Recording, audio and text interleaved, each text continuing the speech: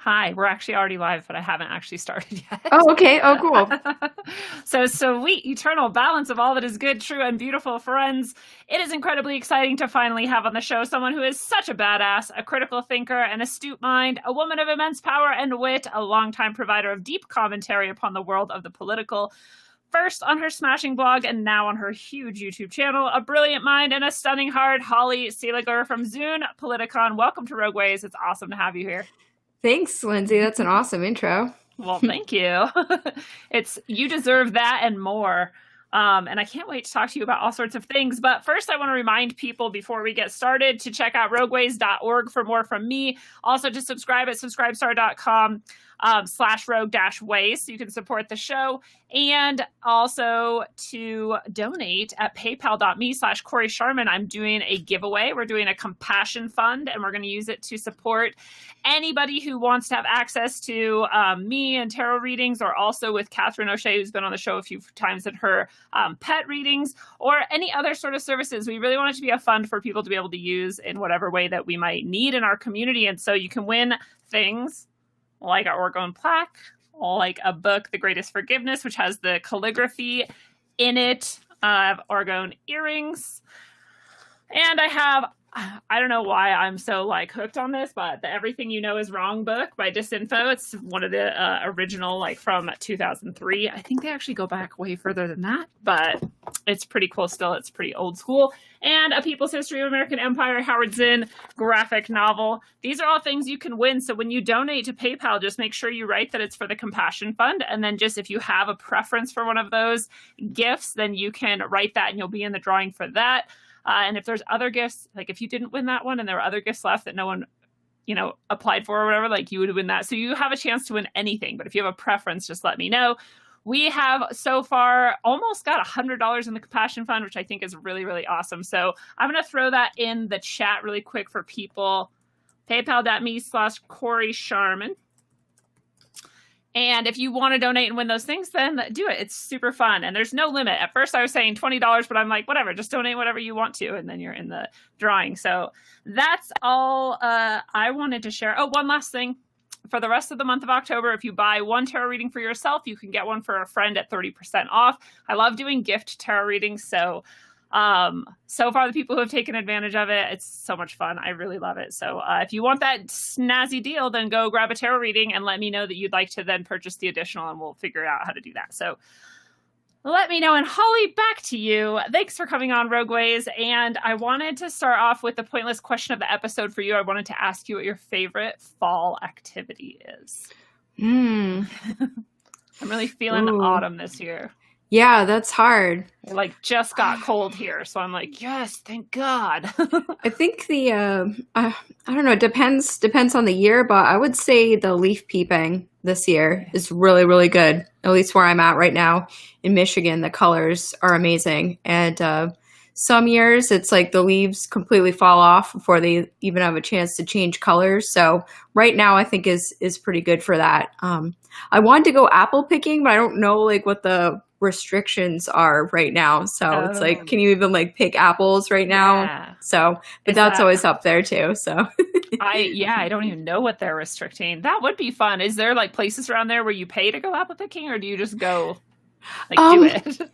Well, yeah, that's a good question. I think there's places mostly where you go and pay at this point, but yeah, I've known places and other places where I've lived where people there are apple orchards that are kind of wild, and you can just find them in the woods, and other trees grow around them, and you're like, hey, here's a strange apple, let's eat it and see if it tastes good, or if it's a pie making apple or whatever. So that's always fun. Can I add one more thing? Absolutely. Mushrooming, if you can find mushrooms this time of year. I have a viewer who always sends me info on how to find good places to mushroom, looking under oak trees and stuff like that. This time of year is good for that. That's awesome. What kind of mushrooms do you guys have out there? Well, I think I have seen something called shaggy mane, which is really good, and you want to get that before they turn brown and mushy. But you cook that in butter or something, or coconut oil, and they're so good. Yeah. And then someone found some hen of the woods recently, and I like dehydrated those in the oven, and they just smell amazing. So yeah, lots of good. I don't know. Some years it's like I don't like fall because I kind of get depressed and I'm like seeing things die and stuff like that. So it depends on the year for me. But yeah, I think I'm actually feeling fall this year. And I don't know if it's just because everything else is so strange that I'm enjoying the familiarity of fall. Maybe. I don't know. Maybe. Yeah. I've had the same exact experience where I'm like, I'm way more into fall this year than I usually am. But I honestly think it's partially that like we have time this year, you know, like we've been forced to slow down and just like take a step back and look around. And so it's kind of similar to what you're saying, but like we're forced to have time to really sink into it. And for me, I think that's at least part of it. I really love mushroom hunting too. And back in Washington when I could do that, I don't know if you can here in Colorado. Somebody, if you know, let me know. I don't know. But in Washington, I really loved the chanterelles. And those are the only mushrooms I've ever actually hunted. But I know we also have morels, and I think we have shaggy mane too. We probably have similar mushrooms, honestly, because I think Michigan and Washington are like kind of the same. I'm not sure. I would definitely say do your research before you try any mushroom, though. Yes, there's so many of them that look a lot alike. So it's better to go with an expert or take a class or something first. Oh. Amen. Yeah, and even the experts sometimes. There's a story about, and I don't know if it's true or if it's just to like warn people, but there's a story about a guy who is a mycologist, and his whole life, you know, he's hunting, grabbing, eating mushrooms, sharing them with people, whatever. And one day he was like 80, he'd been doing this for years, and he got one and died from it. And that's after like, you know, all that experience supposedly, which I was just stupid. So I hunted chanterelles for years, and then I was just greedy one year, and I was like, I'd found all these good ones, you know, and there was a couple really close by that were just too small to really tell. But I was like, well, they're just right here. It's like the same. And one of those little baby ones that I got was a wrong kind, and I got so sick. Oh, no. Yeah. So that was just dumb. That was just a dumb choice. Like, hopefully you guys don't do that. Well, you're still here, so thank goodness. Yeah. Yeah. That's its own story for another time. But I also, I want to ask you just like where you came from and how your early life was like, and sort of how you got to where you are now. Oh, goodness. Yeah, you don't have to divulge anything you don't want to. Yeah, let's see. Is this going to be a therapy session here? No. Well, I started, you did mention that I started off with like a blog, which is like, sometimes I forget about that, but it's still up there. It's still there. Yeah. I found it. I need to make sure it is still up there. I need to renew it and WordPress it. And also just with what we have seen with a lot of the recent internet and YouTube purging, I actually went and checked to make sure that your channel was still here today. Because I'm like, right? So just today. Yeah. And yours is good too, right? Yeah. So we're still here. So it's been a strange, crazy ride on social media over the past few years. Definitely. Yeah. So I had started out, gosh, I don't know. I had always had some sort of interest in like news and history and politics and stuff like that as a kid. And actually went to college for, I thought I wanted to go to law school. And I started to study law books and then figured out I did not want to do that at all. But I pretty much had like the pre-law degree. So it's technically called like a BA in political science. And then I was like, oh no, what am I going to do with that?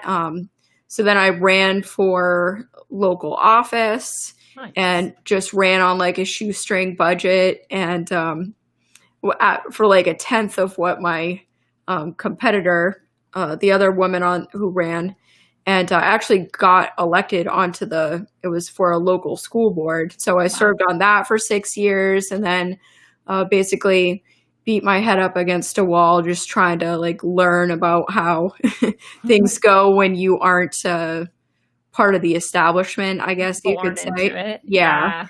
And then in 2016, so I had like a blog and was doing kind of like local news and politics and thoughts, kind of musings online, I think since like 2010. And then 2016, I jumped on YouTube and was like, I really want to talk about what's going on with all the election rigging and everything that I see in the world, and maybe try to put my degree to some sort of use. And just been kind of riding this crazy roller coaster of social media ever since, on from this front anyway. So. Well, speaking of that, I want to ask about the blog transition from the blog into the YouTube channel too. But I want to know how often and what ways have you experienced censorship, given that we're seeing all of this today that luckily you and I have so far escaped? Gosh. Well, I think just straight out from YouTube, like just getting comments deleted, losing viewers constantly. It's like for every one person that subscribes, I lose like 10 people. So it's really been nuts, especially over the past couple years. I think in 2016, it wasn't as bad.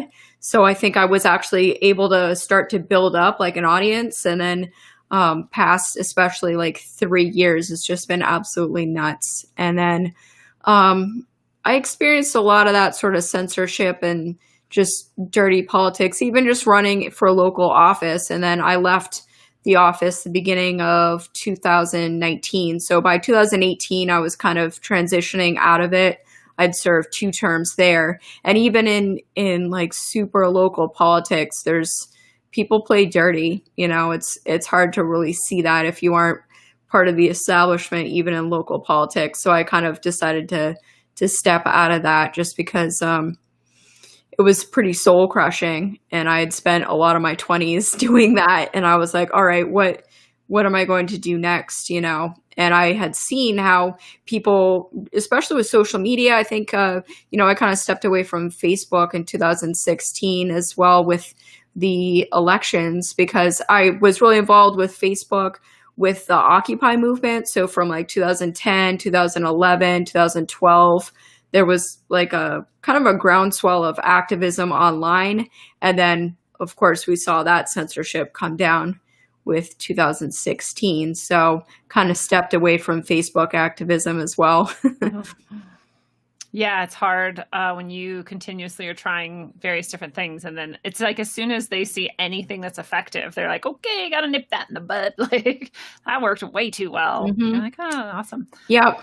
I'd also spent a lot of time, like, just as like a side note, like not just doing like politics, but I was also, as a kid, I had grown up, I had done a lot of art and community theater and painting and dancing. And in college, I had done burlesque. We had done burlesque shows and stuff like that locally. And this was in my town city of Portland, Maine. So that was kind of like another interest that I had in a different, a lifetime ago. So yeah, that's awesome. There's not many people you meet who have done burlesque and public politics, you know, like, yeah, I don't always mix very well.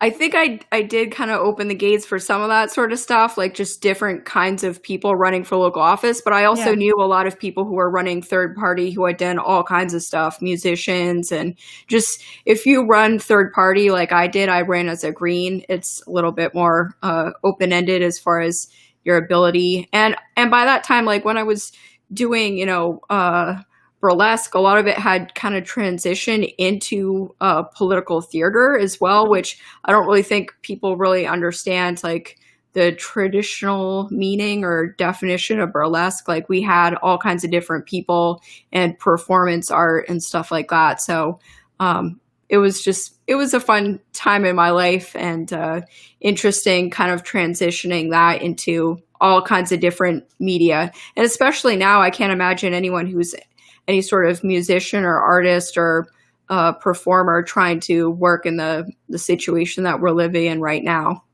Where everything is just on like super lockdown, and it's nearly impossible to be seen or heard by anyone. Yep. Yeah, someone in the chat says politicians and actors are the same. I think the saying goes, politicians are ugly actors. That's funny. I've never actually heard that somehow.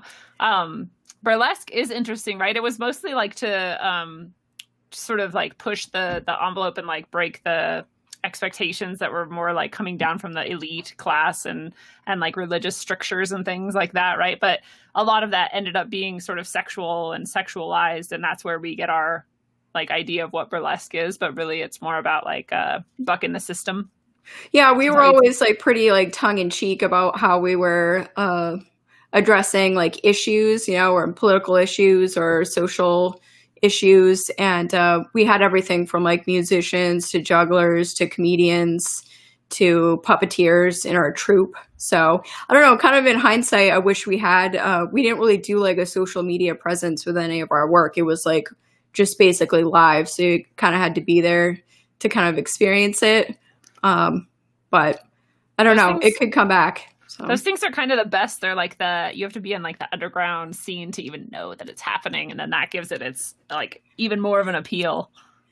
That's what made us think we were cool anyway. And a lot of people had like, day jobs and stuff like that too. So they were like, oh, I don't want to be known as whatever on, the people at least a few years ago thought that they could separate their public life from their social media life or their work life. And it just really doesn't work like that anymore. Yeah, it's pretty almost impossible to do it. I was very lucky and I just like skated that wave and then got out of things right in time. But what it seems pretty obvious, but you think the thing that changed in the past 3 years especially was that actually, I don't know. What do you think about Donald Trump winning the last election? Do you think this is all part of some overarching plan, or do you think that he actually is some sort of a renegade that like slid in? And I'm sure you've talked about this endlessly. God, I haven't really completely made up my mind on that in a lot of ways. And I think he was put into arrange a global reset. I'm not sure, to what degree, because he is someone, a businessman and a real estate developer from New York, right? And I always knew him as a kid, as like from Lifestyles of the Rich and Famous. He had like a gold toilet or whatever. And he was kind of known as like this pompous guy he's got all kinds of billions of dollars and this and that. And so I do think if you saw what happened in 2008, we were supposed to go through an economic reset, but we didn't. It was all swept under the rug, And instead these, a couple of countries like Iceland or something jailed the bankers and did like a economic reset. We should have done that. And things wouldn't have been so hard if we had actually gone through that. So I think in a way he was brought in, to do this economic reset. I think what we're seeing right now is kind of a cover for that in a lot of ways. As far as the lockdowns, we're seeing the fourth industrial revolution is what they're calling it now. And I think that's kind of more what's going on. And I don't know if necessarily Trump is 100% involved, knows exactly what's going on, or just maybe he does. Yeah. But I do think I told people, on my channel, everything, I thought Hillary Clinton was going to win, by hook or by crook. I was like, there's no way, like she's got this in the bag. Mainstream media says she's got it in the bag. And I don't know exactly what happens. Like I thought, via rigging, I didn't think she had the popular support, but I thought that they were going to make it happen, that she was going to win. Right. And for whatever reason, Trump won. So I don't know if, the powers that be decided he'd be the better person to do this reset, or if there was some sort of a soft coup that happened. I don't know. I'm really up in the air as far as what happened with the 2016 election. All I know is that Bernie Sanders, his supporters were completely rigged. Yeah. And that if I learned anything, that's pretty much what I learned from that experience. Yeah, I was disillusioned long before that election. And I was like, I'm never trusting another politician. Like they're all obviously in the same club and, whatever. And then Bernie Sanders came along and I was like, dude, that guy seems legit. Like a little bird flew up to him. Like that's like nature saying like, yo, we love this guy. I was like, I can maybe get behind this guy. And I was like kind of excited about it. And then that all happened. I was like, why did I get any hope again? Like, why do I ever let myself get tricked back into any of this bullshit? Because it's all exactly what but I just, it was the same with Occupy. I was like, this is actually a real movement. Like these people are like, let's do it. And then that got like co-opted too. I was like, okay, try not to get too jaded. I don't want to give up on everything. And I don't know. Where are you at with all of that?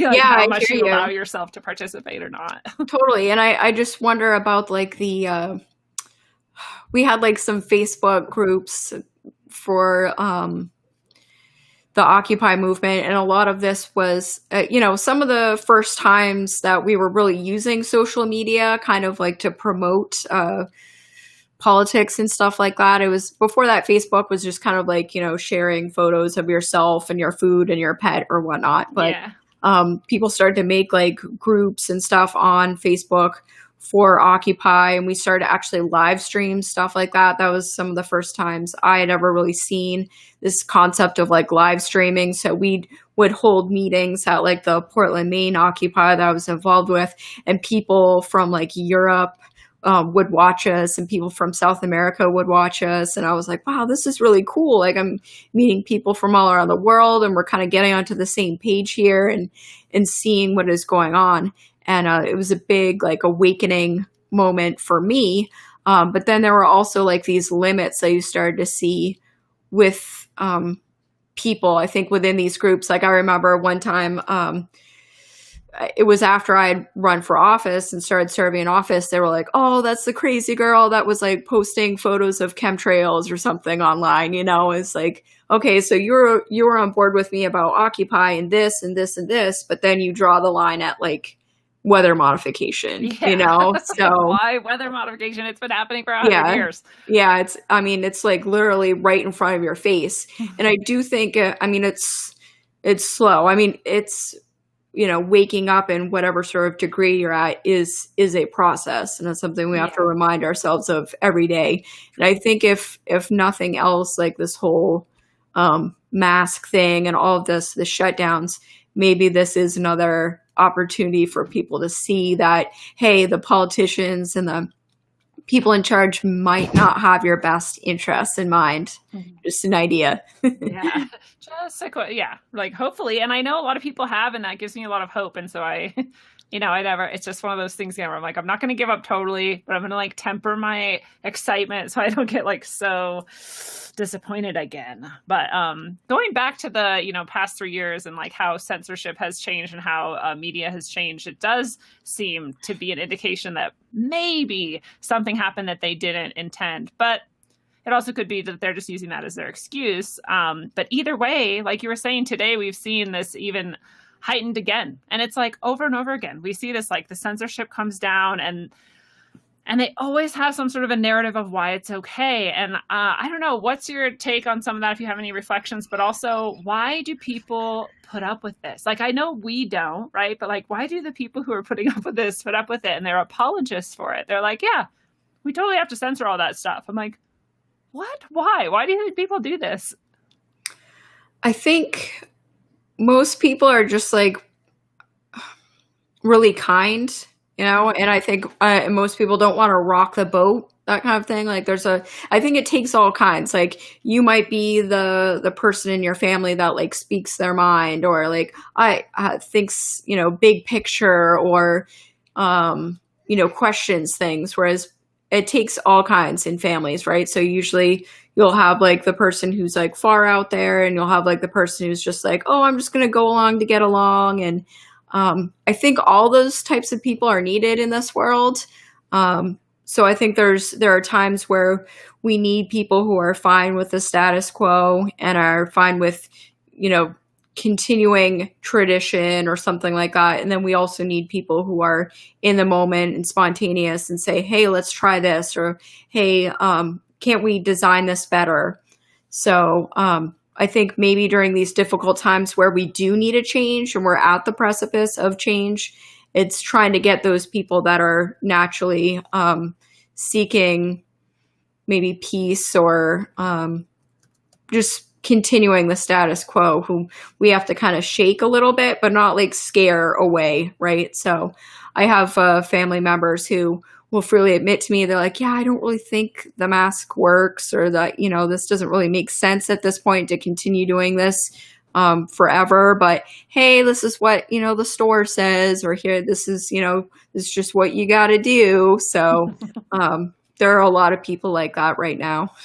It's true. Yeah. It's just amazing to me, like what people can be convinced of. They're like, oh no, those people who are censoring the Biden article, they're smarter than me. And so I just trust them to like do. And I'm like, like, Twitter employees are smarter than you. Like, you think very little of yourself. Like, you're pretty smart. Like, how did you get convinced to give up your, or the mask thing? Like, no one ever did any study on this. Nobody has any evidence this will help. They told you it didn't work at first, but now they changed their mind and you're just happily believing them. Like, why? And it's, I mean, we could get into so much psychology behind that, but it's just really sad to see like how easily they seem to be able to pull these strings and how quickly a lot of people just go along with it.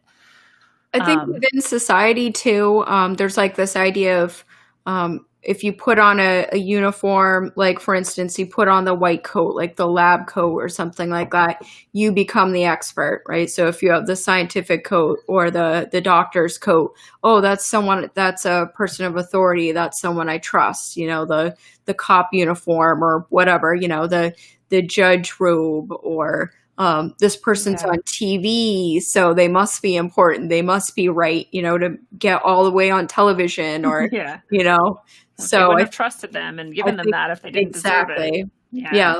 Like someone says in the chat, man of the cloth. So like having like a uniform or having something like, I think a lot of people defer expertise to people through. And there must be something sort of like definitely psychological, but also perhaps like even magical to putting on like a ceremonial garb, Yeah.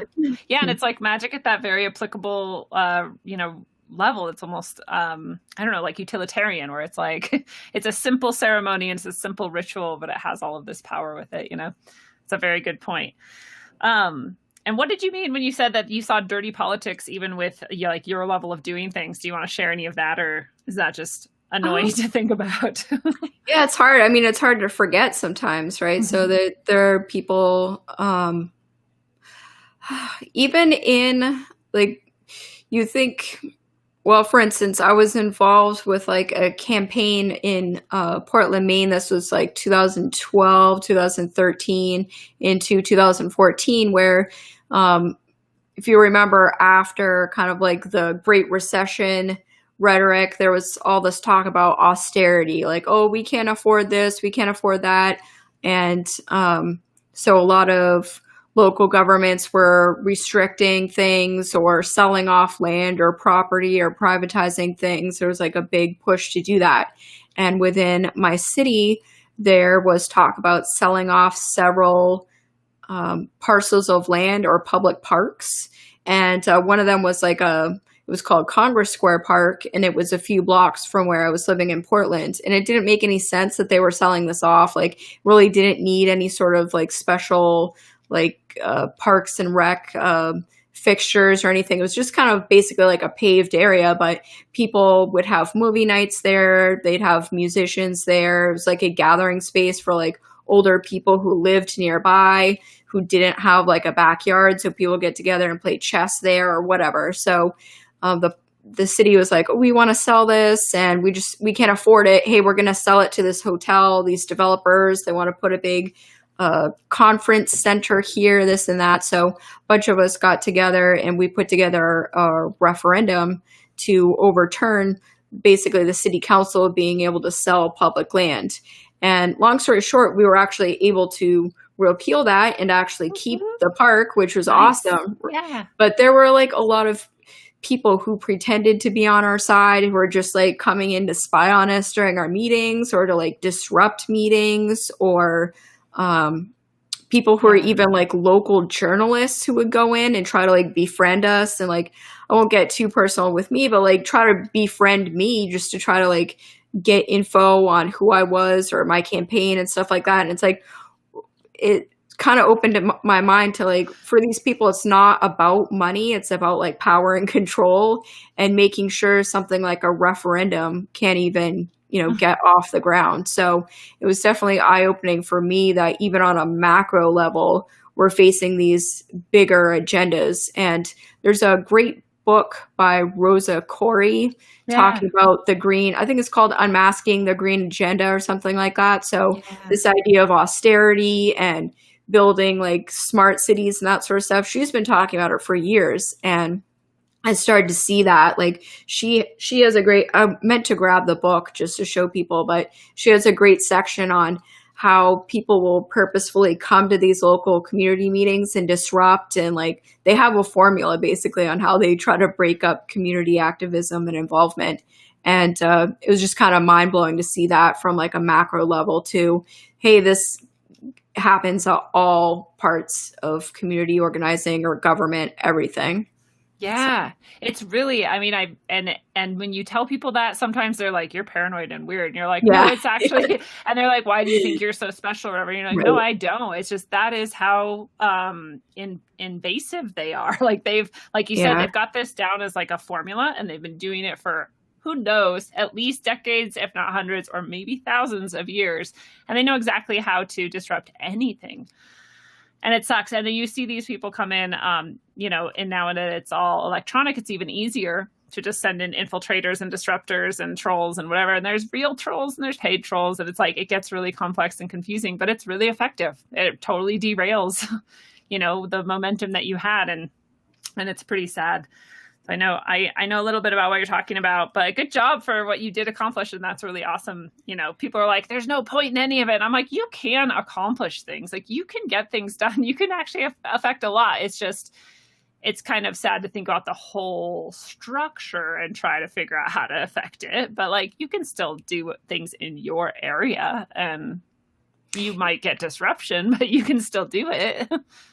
Yeah, the referendum within the U.S., like that form of like participatory government, is still really powerful in the U.S. A lot of people don't really know about it, and it's suppressed, but it is still out there. Like, if you can get enough signatures to put something on a ballot, then you can go around your crazy representatives and your House and Senate and everything at this point. So I think that is a big reason why it's being attacked, but it is one of the last like direct participation of citizens. So, well, and I think they see, just like we were talking about, they see something effective, they go for it, and they think they see on a like larger, longer sort of view, like the overall trend of like how many people are sort of figuring out multiple ways to get at the core and try to affect it. And then that's when they, I think, and maybe I'm like getting way conspiratorial minded here, but like, I think that's when they go for these huge resets.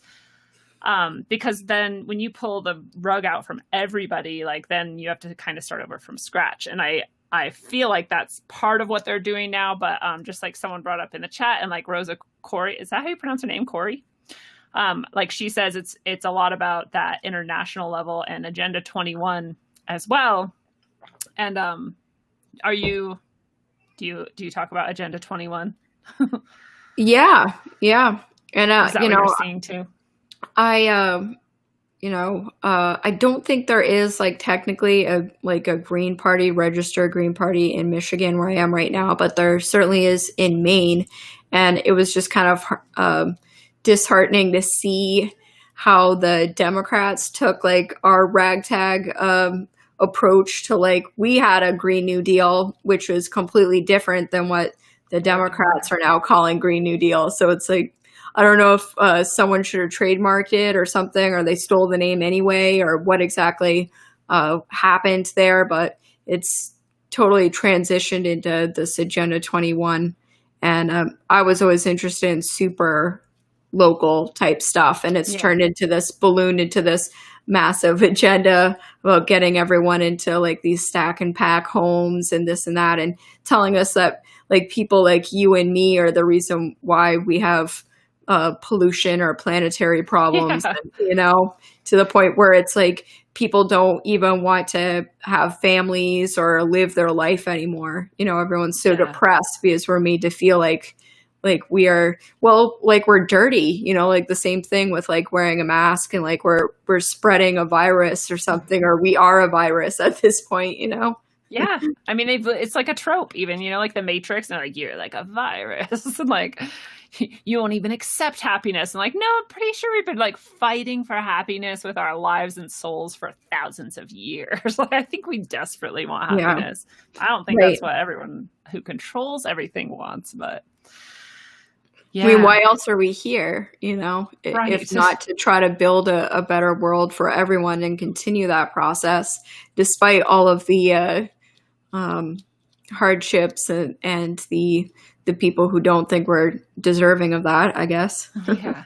It's crazy too that, like you said, people aren't even having families now. And it made me remember that I actually was teaching about Earth Day one year. And was it my first year teaching? It was my first year teaching. And I did a whole PowerPoint about all the things you can do to save the Earth. And the last one was not have a baby, because babies are the number one way you know for sure that you're going to create all this pollution.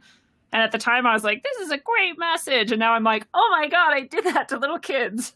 Like, this is how sick our society is that I think I'm relatively intelligent, and, but I had not yet seen through. I'd seen through all sorts of other aspects of the trap, but I'd not seen that one yet. And I then propagated it off to all these other people who knows how many of them like took that in or not, like I feel guilty, but it is every facet of our existence in this society is saturated with all of these messages and traps. And it's really hard. And if nothing else, it gives me a lot of compassion for anybody who still hasn't woken up to anything, because I know I've been there. I know how it is.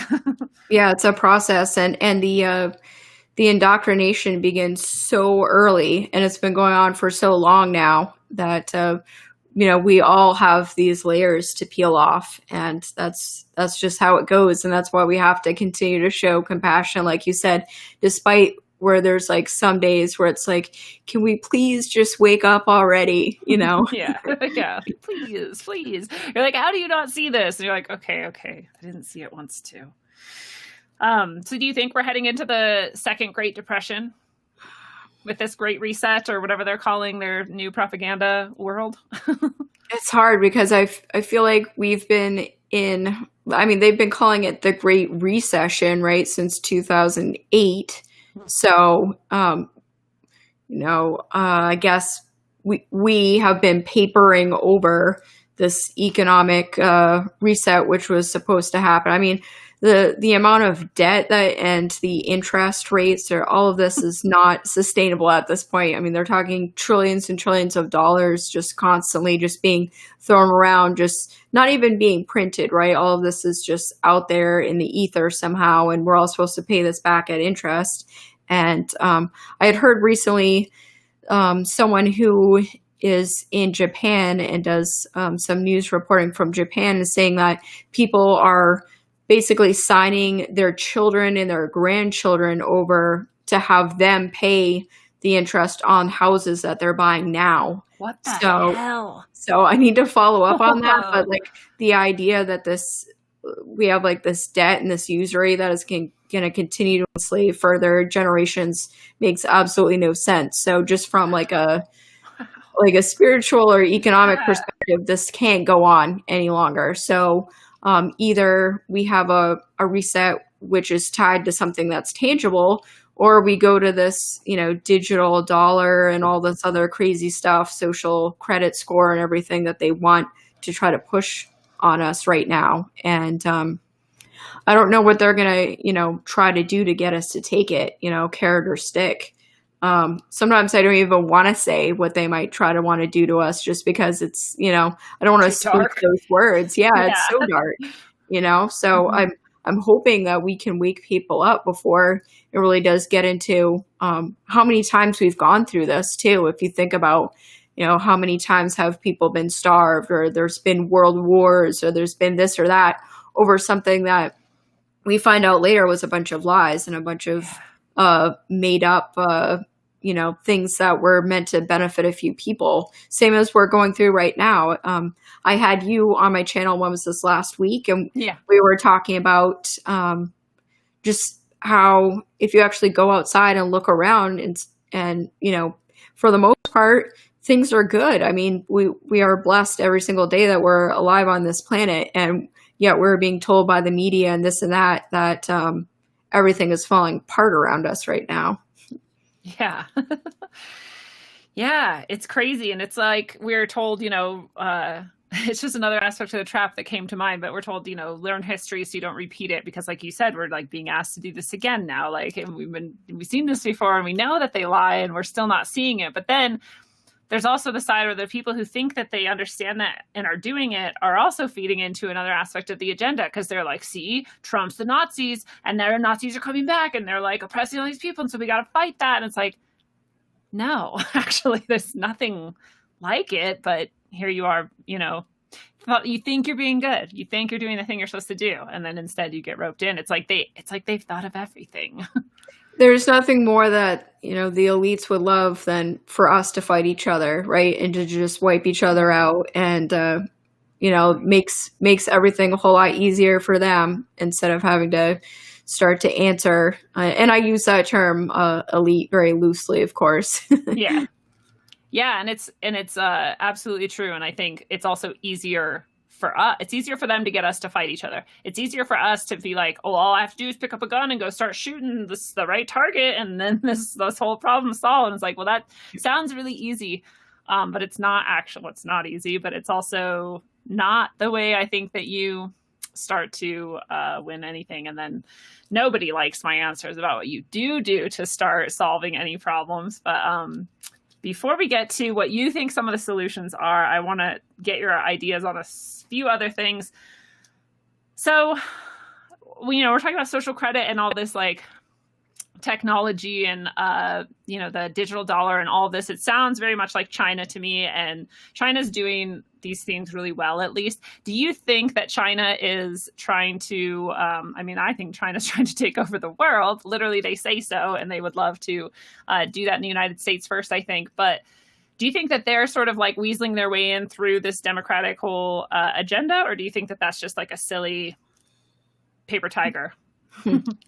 Well, I had actually had the opportunity when I was in college, and I had actually visited China. I'd spent some time over there. I had some friends who were from China, and they wanted to go back. They were living in the US, so I was able to go and visit the country when these people were, when my Chinese friend was growing up, they weren't allowed to like leave their region, basically. They had to stay within their city.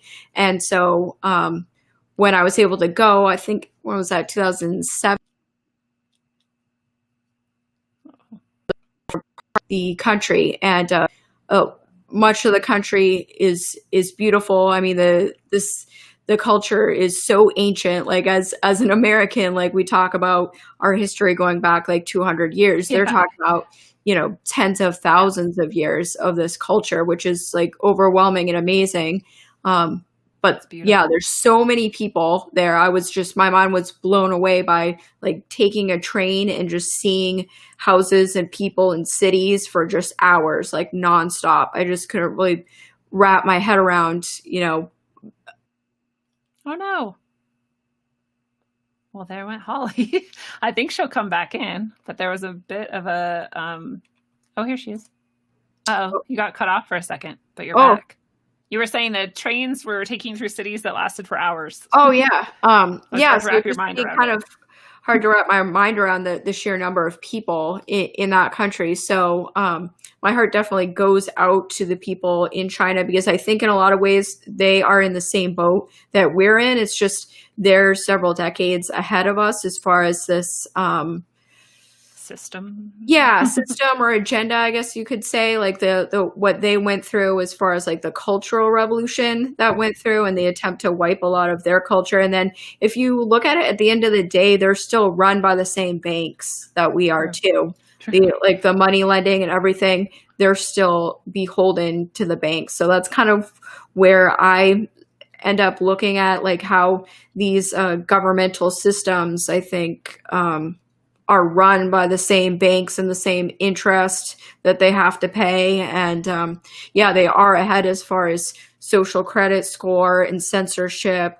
Like when I was over there, I basically didn't even use the internet at all because they have a very different internet. They didn't have the internet that we have, and we're seeing the censorship. So they never had like the quote unquote freedoms of the internet that we had to be, going back a couple decades now. So they're a part of like the testing ground, I think, for this New World Order, I guess you could call it. And there's an interesting interview with, I think it's, who's the director? Russo? Forgot his first name right now, but he actually claimed he had spoken to a Rockefeller. Yeah.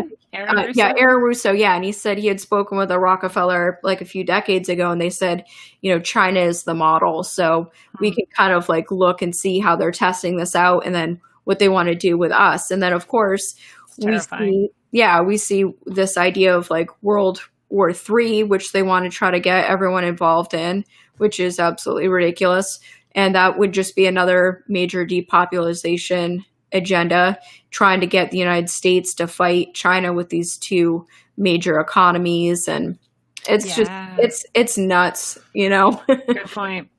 Yeah. Yeah, I have my boyfriend actually who is in the chat right now and just reminded us it was Aaron Russo. He was saying today, and I think I was like, this is pretty genius actually, because in my mind I was like, maybe I have this like small hope that Trump will win and that China won't take over the United States and we won't become communist, like and then whatever. And he was like, well, what if they're planning on who knows, just like last time, where like seemed like Hillary was going to win, like you said, by hook or crook, but then all of a sudden it was Trump, and you were like, wait, what the hell? But in the end, like it probably serves the same agenda. And maybe if Biden wins, we get to have communism and the Agenda 21, and it all kind of rolls out like that. And maybe if Trump wins, we still end up there. But instead of doing it that sort of just like, this is the way we're doing it, it's legislated, and here we all go.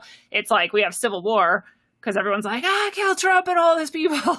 And then they invite in, because we've seen signaling that they're going to invite in these international, the UN's going to come in. They're like, does America need international intervention? And you're like, no, but why are you saying that? Like, clearly you want international intervention, and maybe we kind of get it that way. So do you think that that's sort of the double angle edge here, or?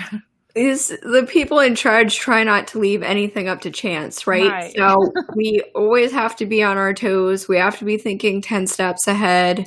We have to let other people know about these agendas as much as possible.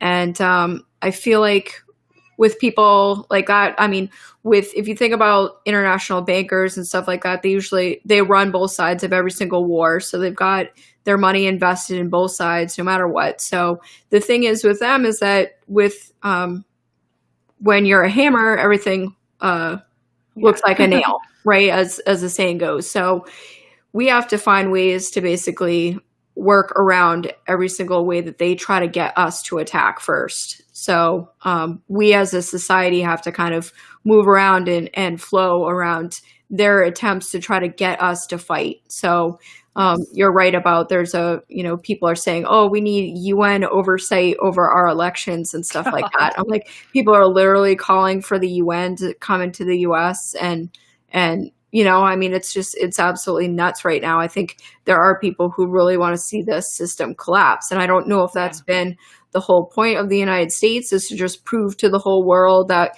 we can't have democracy, or we can't have freedom because people can't, we can't handle stuff like that. Or I think they really do want to see the US collapse. And we just have to hold together and say, no, we're not going to let this happen, and we're not going to fight each other. So sorry, not going to happen. Absolutely. It's like the whole technology thing, where people are like, oh yeah, I'm going to insert like a chip in my arm and I'm put it in my brain and I want Neuralink. And I'm like, have you tried to use technology ever? Like none of it ever works. It works for a little while and it works like pretty well until it doesn't. And then it doesn't. And then no one can fix it. And you're going to put that in your body. And it's sort of the same thing. I'm like, so you can't even make your own country run, but you're going to invite the international level of government into it. Like, how does this help? How is this working? Like you're missing exactly. there. Yeah, people are just really ignorant, I think, too, to what goes on in other countries as well. Like if you haven't gone to other countries, or it's part of I'm sure you've seen some of those videos about like Yuri Bezmenov, like in the 80s and 90s, talking about demoralization. So just decades of people being taught that the United States sucks, people within the US. And trust me, I am openly critical, and that's my my right to do so as an American, to be critical of my country. And I think a big part of like the wars in the Middle East and everything like that that we saw after 9/11, we were shown as a generation that we are in this for imperialism. What are we even doing? America sucks. Kind of like this idea that we can't be saved. And I think there are a lot of people who are at that point who are like, you know, who are in the US and they hate the US. They want something better. And I understand that. But just be careful of what is offered to you as that alternative. Yeah, it's a really good point, and I'm with you. I'm also very critical of the US, and I think we can do better. And I also have come to a point where I'm like really grateful for the US and for all the things that we do have in this, you know, grand experiment as they call it. I'm like, well, it went pretty well, honestly. And like maybe we could definitely do better, but maybe we shouldn't just throw it all away and burn it down because it wasn't absolutely perfect. You know, you like can learn from our mistakes and do better, and that's great. I love Freeman Fly talks about that too, how it was like the systematic plan of how to destroy people's belief in the United States, and that they need that, because if we believe in it and we'll fight for it, then it's a lot harder to make it go away. And it is kind of like the last stronghold of the idea of freedom, at least, and the ideal of freedom in the world, maybe. I don't know. I could be wrong about that, but... Yeah, I've thought about that a lot recently too. Like, you know, there was always a part of me as an American being like, oh, well, you know, I can just, maybe someday I could escape to Canada or go to Australia or New Zealand or something like that. And then I see like how draconian things have gotten over there, even, you know, the shutdowns and lockdowns, and my heart just goes out to people in other countries right now too. So we're all kind of going through this together. That's a really good point. And I know you might have to leave soon, but I want to get your ideas about Hunter Biden's crack problem and all this madness that's going on. I honestly haven't looked into it that much. I'm just like, this is an amazing drama. I love this. Yeah, I know. If anything else, this makes for great TV drama right now. Right. Yeah, I think it makes me wonder if this is purposefully at the same time, if that's why we're seeing like the huge YouTube purge, like so that this information doesn't actually get out. But I think it's not just about like Hunter Biden and like his problems, his drug problems, but also they were talking about like human trafficking and stuff like that was involved in Ukraine. So there could be an even bigger story about that, and that could be part of the suppression. So yeah, because they came down really hard. I was like, really? Just for like a Ukraine, just to like show that, you know, Biden Senior is corrupt. That's all. Like, that's all it took. So I was like, they're really serious about this election. And then I was like, well, that kind of gives me hope that actually like Trump might be a helpful person to have win over Biden at least. But now I'm like, oh, probably what you're saying is way more on the money. I will say, I think, you know, Trump versus like Clinton, for instance, like Hillary Clinton, like Trump has like an ego and he has like this persona that he wants to uphold and stuff like that. So I do believe, like, I don't think he wants to be perceived as the bad guy. I think he wants to like save face, versus like Hillary Clinton, who never actually cared what people thought about her. You know, she would openly like say horrible things and like cackle and like be fine with being perceived as like as evil. You know, we saw, he died, you know, talking about Gaddafi and stuff like that. So I am really concerned about Trump talking about bringing in the military to, you know, institute the jab. I hope that does not happen. Yeah, that's terrifying. Yeah, and I haven't really seen a whole lot of people respond to that who are Trump supporters, other than saying, well, he doesn't really mean that. It's like, okay, well, like crossing your fingers. Yeah. So somebody was saying, and it's all like fantasy conjecture, and I hope people are right, but somebody was like, no, he's making all these vaccines and they're all just saline, because he has to satisfy that like they've made a vaccine and that everyone got one, but he's saving people by not putting the regular like toxins in it and stuff, and then and I was like, that'd be rad. Like, I hope, but I'm not gonna bank on that. Yeah, that's real far out there, and you don't want to wait until after you've gotten it in your body to find out. Right. What was in it? Yeah. And what it was all about. Yeah. Yeah. So, any last thoughts on any political things or Nancy Pelosi? I don't know how much longer. I mean, maybe these people are puppets or something, but I don't know. If I were that old, like personally, I would have retired by now. So I don't know if they really have like they've got like a health serum, or they are so corrupt and so beholden that they have to keep going and keep pushing this. But I don't really foresee this going well for at least like the mid-level people like Pelosi and stuff like that. So I could definitely see people getting sick of these politicians real soon, especially if things get more crazy than they are right now, I guess I'll say. Which you can hardly imagine and don't really want to. Yeah. But and maybe hopefully we'll do a follow-up on that. So I'll have you come on my channel again sometime soon for sure. Oh, that'd be awesome. Yes, I would love to. And do you want to wrap things up and give your final words of wisdom as the possible solutions or the sort of places where people can try to put their efforts in the best way? Or if I could wave a magic wand kind of thing. Right? Yeah. Still just love your family, talk to your family, try to stay in touch with people, friends, everyone.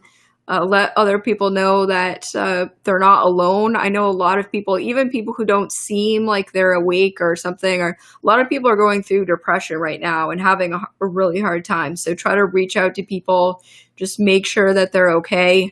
Try to figure out information about your own food supply.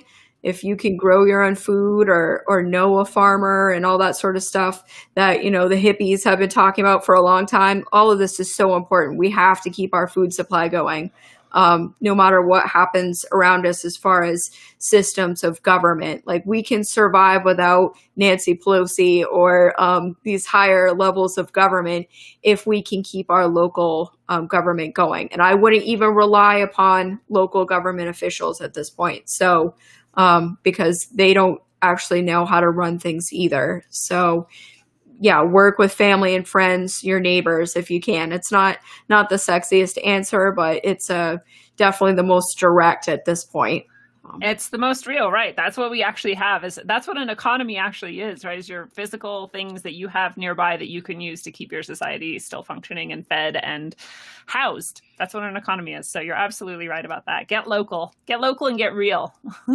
And maybe all of this is part of a really hard growing pain that we have to go through and really just wake up to the fact that, maybe some of these major cities and stuff like that and trying to ship food from way across the country, across the world isn't sustainable. So if you want to talk about real sustainability, that could be a great place for us to grow at this point.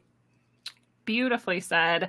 And thank you so much, fellow travelers of the path. It is a beautiful thing. This has been your analog, electric, concentric dose of wisdom, according to the beautiful Holly from Zoonpolitikon. Go check out her channel if you haven't found it yet. It's amazing.